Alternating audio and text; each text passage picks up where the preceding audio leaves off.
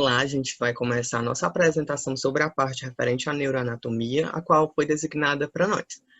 Meu grupo é composto por eu, Rubens, pela Paula Hanna e pela Olá, Marina Nobre. A gente é estudante do segundo semestre da Universidade Federal do Ceará, campus de Medicina de Sobral. A gente vai falar inicialmente sobre, primeiro, um caso clínico, seguindo terminologias e conceitos, definição, revisão da neuroanatomia e, por último, diagnóstico e o tratamento.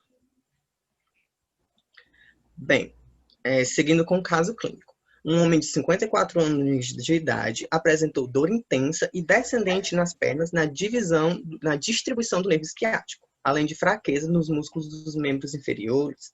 Ele também observou dormência nas nádegas e períneo, e recentemente constatou que não sentia a eliminação de urina ou fezes. Nesse nosso caso, a gente pode destacar alguns sintomas que podem nos auxiliar no diagnóstico. Dentre eles, a gente pode destacar os seguintes: fraqueza nos músculos dos membros inferiores, dormência nas nádegas e períneo e a falta de controle da eliminação de urina ou fezes. De acordo com os sintomas que o Rubens destacou no nosso caso clínico, podemos conceituar e definir alguns termos que irá nos dar a base teórica para compreender a síndrome da caldequina. Então, vamos lá. Quando se fala de fraqueza nos músculos dos membros inferiores, podemos definir isso como paresia, que nada mais é que a menor capacidade de gerar força muscular e perda parcial da contração muscular. Se nós pudéssemos correlacionar o termo paresia com algum nome mais próximo do senso comum, chamaríamos isso de fraqueza. Agora, contrapondo-se à paresia, que é uma alteração motora, temos a dormência nas nádegas e períneo, uma alteração sensitiva. Essa dormência nessa região tão específica resulta da perda da sensibilidade em regiões análogas às que entram em contato com a célula durante a atividade de cavalgar. E mais para frente, vamos poder perceber que existe uma relação neuroanatômica muito importante que podemos correlacionar. bom, agora analisando os sintomas correlacionados ao sistema nervoso visceral, a gente pode perceber, primeiramente, que o paciente não controlava a eliminação de urina. Na síndrome da caldequina, nós definimos isso como bexiga autônoma. Paula, o que é isso? Bexiga autônoma é quando a parede vesical não possui nem controle reflexo, nem controle voluntário. Ou seja, essa parede vesical fica totalmente flácida e ela só irá se esvaziar quando ficar totalmente preenchida ao ponto de transbordar. A falta de controle voluntário provoca um gotejamento contínuo, deixando esse paciente suscetível a infecções urinárias e doenças no trato geniturinário. O paciente também não controlava a eliminação de fezes. Nós denominamos isso como incontinência fecal. Nesse caso, mais especificamente, o paciente não possui nem ao mesmo aferência dessa região retal. Então, o paciente não possui consciência da distensão retal e também não possui a influência parasimpática, ou seja, não existe atividade peristáltica e, consequentemente, ocorrerá processo de constipação e obstrução. Se define a síndrome da caldequina ou do cone medular. Nada mais é do que a compressão ou secção de estruturas pertencentes à caldequina. Daqui a pouco vamos abordar os aspectos da neuroanatomia dessa patologia, mas podemos classificar de maneira geral que compressões e traumas localizados abaixo da primeira vértebra lombar, a L1, podem desencadear a síndrome da caldequina, que nada mais é do que a apresentação de um conjunto de sintomas característicos e com grande relação anatômica. Como já foi nos apresentado no caso clínico, existe uma série de sintomas que podemos caracterizar essa síndrome, lembrando da definição de síndrome como um conjunto de sintomas. Pronto. De forma geral, as principais causas que provocam a síndrome da caldequina estão relacionadas com a compressão de nervos. E essa compressão pode se dar por modificações na estrutura esquelética, ou seja, fratura, deslocamento ou crescimento anormal de osso naquela região, hérnias de disco, onde existe a protrusão do disco intervertebral e compressão dessas estruturas nervosas, hematomas, tumores e abscessos podem colaborar para ser a causa dessa doença. Agora, dando continuidade, a gente vai abordar sobre um pouco a revisão da neuroanatomia. Bem, a principal parte disso é o desenvolvimento da medula espinal. Em certos períodos, ela cresce de acordo com o canal vertebral, mas em outros períodos esse crescimento ele apresenta um descompasso. É por isso que durante o desenvolvimento embrionário, a medula espinhal ela é praticamente do tamanho do canal vertebral, porém no nascimento e durante a fase adulta, esse crescimento ele está modificado. Quando a criança nasce, o recém-nascido, essa medula ela se encontra a nível de L3, e no indivíduo adulto, no qual já se passou o processo de crescimento ósseo e do canal vertebral, a medula sobe ainda mais, ela encontra-se a nível de L1. Quando temos o final da medula, após a intumescência lombar, o diâmetro dessa estrutura do neuroeixo vai diminuindo e formando o que denominamos como cone medular. Mas após o término da medula, no início da coluna lombar, ainda existem estruturas nervosas que vão até o hiato sacral. Essa estrutura da medula espinhal, formada pelos conjuntos dos nervos periféricos, que fazem parte do plexo lombosacral, que se caracteriza como a cauda equina.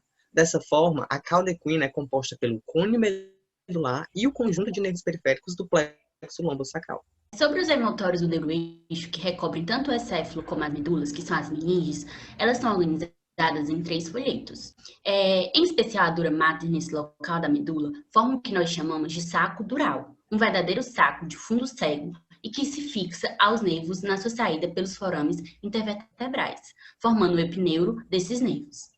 Além da formação do tecido de sustentação dos nervos, o saco dural é perfurado pela pia mater, que forma o que denominamos como filamento terminal. Uma correlação clínica importante dessa porção final da medula é que, em caso de suspeita de infecção das meninges cranianas, ou seja, meningite, o exame realizado é a punção do licor. E colhe-se, fazendo a retirada desse líquido, nessa topografia de cauda equina da coluna.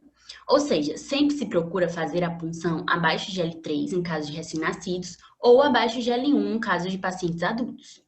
Agora vamos descrever alguns dos nervos da cauda equina que estão relacionados com os sintomas que vimos no início da apresentação. Vamos descrever agora o plexo lombar. Vamos destacar 3 nervos principais aqui desse plexo. O primeiro deles é o nervo ilioinguinal, que vai sair da primeira raiz do primeiro nervo da coluna lombar, e ele é responsável pela inervação da pele na região inguinal, órgãos externos, e na região medial da coxa. Agora temos o nervo femoral.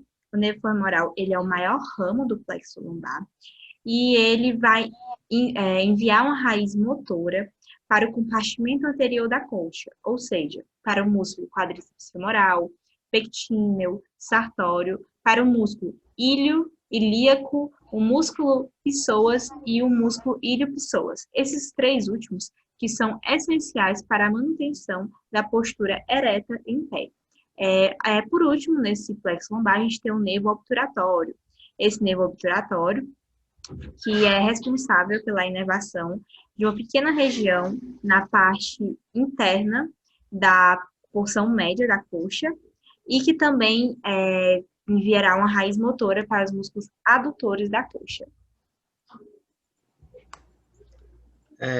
Pronto, dando continuidade, agora a gente vai analisar de forma mais clara o trajeto e a formação desses nervos.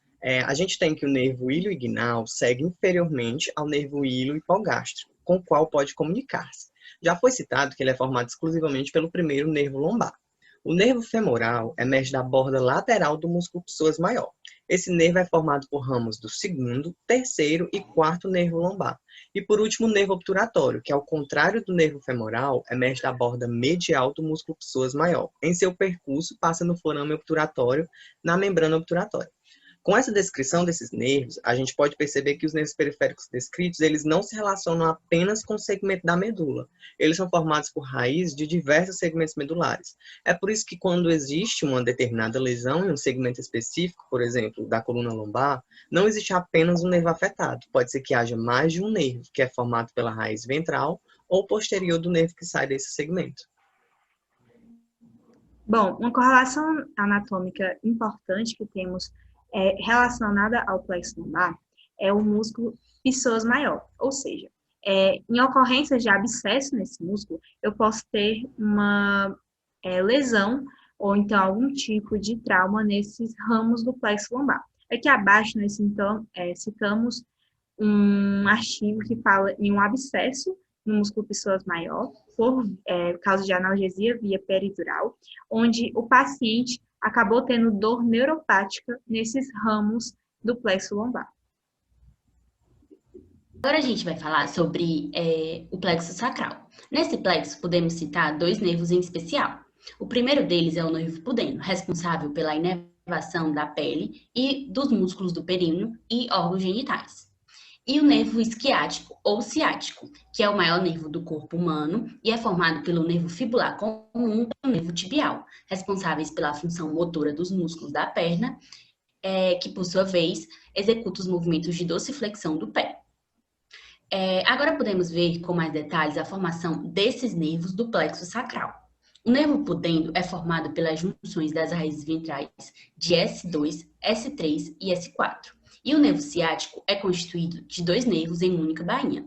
O nervo tibial comum é formado pelas 4 divisões posteriores dos segmentos superiores do plexo sacral e o nervo tibial é formado por todas as divisões anteriores dos nervos sacrais. Aqui a gente pode perceber a relação entre esses nervos e a coluna vertebral com os ossos que compõem o símbolo dos membros inferiores, que formam uma espécie de anel ósseo.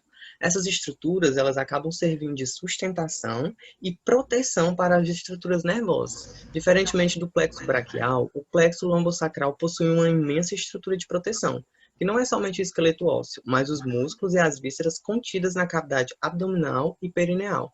É por isso que síndromes do cônio medular ou da cauda equina são raras. Aqui a gente observa os dermátomos relacionados com as áreas sensitivas dos plexos lombar e sacral, que normalmente são acometidas na síndrome da cauda equina, fazendo uma apresentação clínica de anestesia em cela, que observamos aqui nesta outra imagem.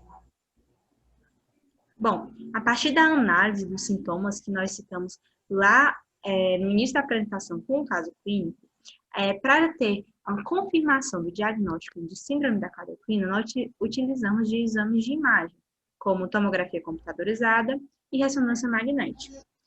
Aqui a gente tem um exemplo de uma tomografia computadorizada, onde a gente pode perceber aqui o cônio medular, e a gente tem uma hérnia de disco que está comprimindo essas estruturas nervosas da cauda equina. Nessa outra imagem, a gente pode ver bem mais evidente esse processo de herniação que está comprometendo essas estruturas nervosas. E só lembrando novamente que a síndrome da cauda equina pode ser caracterizada como qualquer lesão nas estruturas nervosas abaixo da vértebra L1. Falando agora um pouco sobre o tratamento da síndrome da cauda equina, é muito comum que nas lesões que levam a desencadear essa síndrome se faça necessário uma intervenção cirúrgica imediata para que possa ocorrer a descompressão das estruturas nervosas, principalmente quando a pressão nos nervos ocorre por uma hérnia de disco ou lesão traumática.